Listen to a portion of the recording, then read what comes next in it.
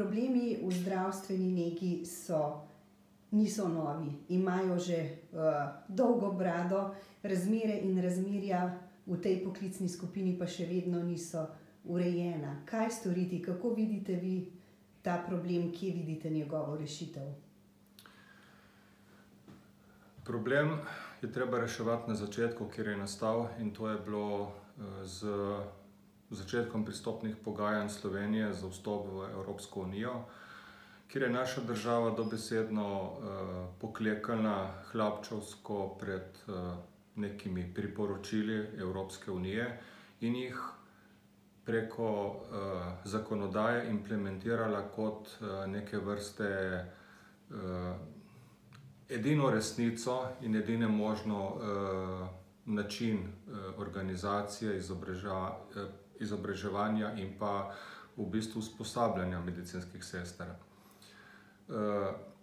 Težava je v tem, ker so si tisti, ki so neposredno sodelovali pri pristopnih pogajanjih za področje zdravstvene nege, so si malo čudno tolmačili vse te evropske direktive, ki sploh nikjer ne govorijo o načinu in obliki izobraževanja medicinskih sester za posamezno državo, ampak govorijo zgolj in samo o potrebni strokovni kvalifikaciji za potrebe prehoda delovne sile iz države v državo članico EU. Mi smo pa uzakonili to, da praktično je pri nas edina medicinska sestra diplomirana medicinska sestra. Stopnja strokovnega izobraževanja se je iz srednjih šol selila na visoke strokovne šole, tako da smo dobesedno izničili en profil, najmnožičnejši profil medicinskih sester v Sloveniji, to so pa srednje medicinske sestre. In kako posledice zdaj veljavne rešitve občutite v vsakodnevni praksi? Problem je, ker se našim kolegicam z srednje šolsko izobrazbo kar naenkrat čez noč ne dovoli več opravljati del, ki so jih nekoč opravljale.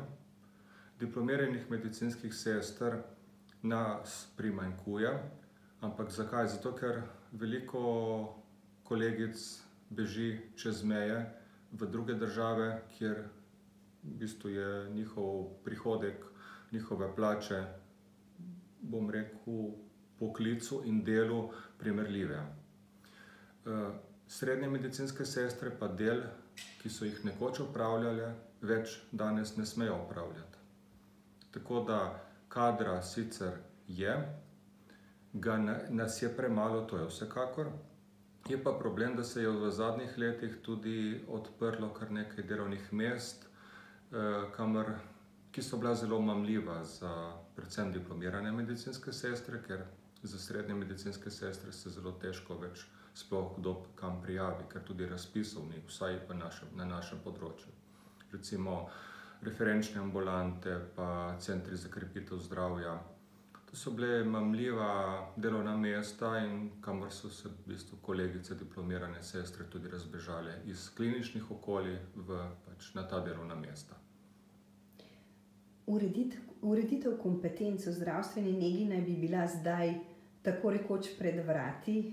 Bliža se ta napovedani prelomni datum 3. marec, vendar se zdi, da minister za zdravje nekako hoče vendarle še enkrat pregledati predloge in narediti tisto, kar je prav tako za srednji kader kot za diplomirani kader.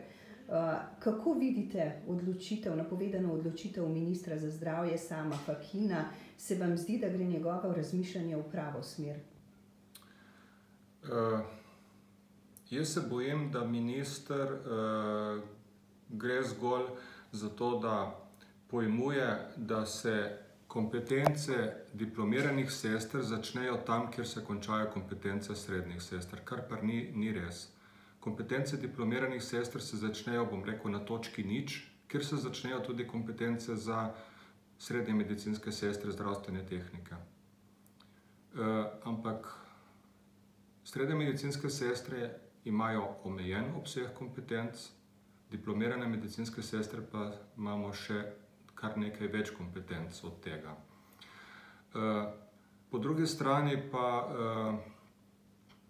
neke stare kompetence tam iz leta 11, ko so bile pripravljene 2011, so vsebovale neki veliko delovnih mest, označenih z zvezdico, kjer so jih lahko srednje medicinske sestre ta opravila, dela in naloge opravljale, če so bile za to usposobljene.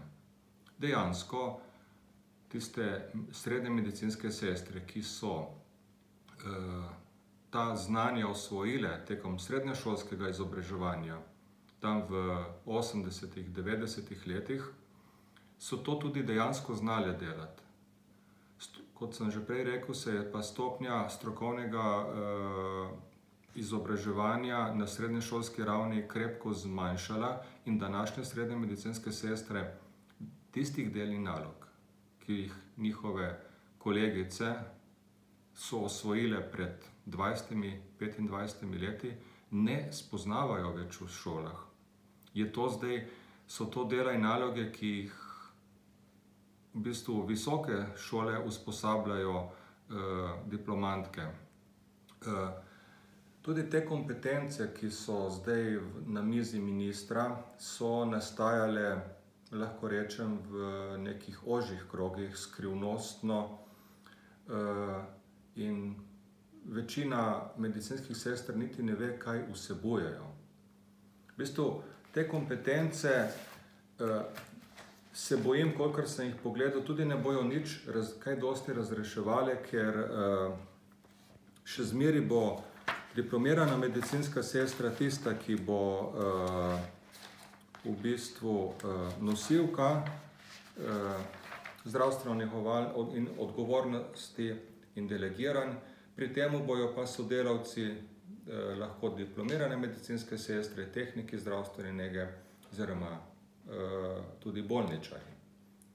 En plus pri teh kompetencah, ki so zdaj v igri, je ta, da se je končno začelo tudi bolničarje vključevati noter. Je pa res, da danes razmik v znanju med bolničarjem in tehnikom zdravstvene nege je praktično že skoraj da zabrisan in ga skoraj da ni. Problem je to, ker leta 2006 se je naredilo to katastrofalno napako in v naši državi nismo nadaljevali z enakim sistemom šolanja, ki nam ga Evropa še zmeraj omogoča, recimo kot si je Poljska izborila. Pri nas smo se odločili, da bomo imeli samo eno medicinsko sestro in to je diplomirana medicinska sestra. Istočasno, pa če so že to želeli narediti, bi morali pa ukiniti izobraževanje na srednješolski ravni. Ker danes bomo prišli do neke točke, ko dejansko srednje medicinske sestre ne bojo več ali potrebne, mogoče v kakšnem domovih starejših občanov, v kakšnih ambulantah, ampak bojo to bolj kader, ki bo zgolj za administrativne zadeve. Vemo pa, da v zdravstvu lahko imamo cenejši kader za administracijo, v bistvu se ubadati zdravstvene administratorje, tajnice, tako da mislim, da je izobraževanje za medicinske sestre zato, da se bomo kasneje ukvarjali z neko papirologijo, predrago v naši državi, predvsem pa v škodo pacientov. Kakšna bi bila torej v tem trenutku po vaši oceni optimalna rešitev, ki bo v prihodnje omogočala kakovostno in varno zdravljenje oziroma obravnavo pacientov? Mi moramo vrniti določen del strokovnih vsebin spet na srednješolsko izobraževanje. To je bil, jaz sklenil pred leti, tudi aktiv, če lahko rečem, ravnateljic srednjih zdravstvenih šol, ampak so bile dobesedno preslišane. Tudi, kolikor poznam v najvišji inštanci, se pravi v razširjenem strokovnem kolegiju za zdravstveno nego, srednje šole sploh niso vključene. Ni vključeno recimo primarno zdravstvo, niso vključeni institucionalno varstvo. Tudi samo en pol stroke je. Tudi na sestanke seje se vabi zgolj samo en sindikat. To je eno umje, ki je bilo v naši državi do leta 2012, ko so si en sindikat in eno strokovno združenje lastili neke vrste ekskluzivne pravice za to, da odločajo o statusu medicinskih sester. In danes smo na robu prepada te ideologije, ki je bila do leta 2012.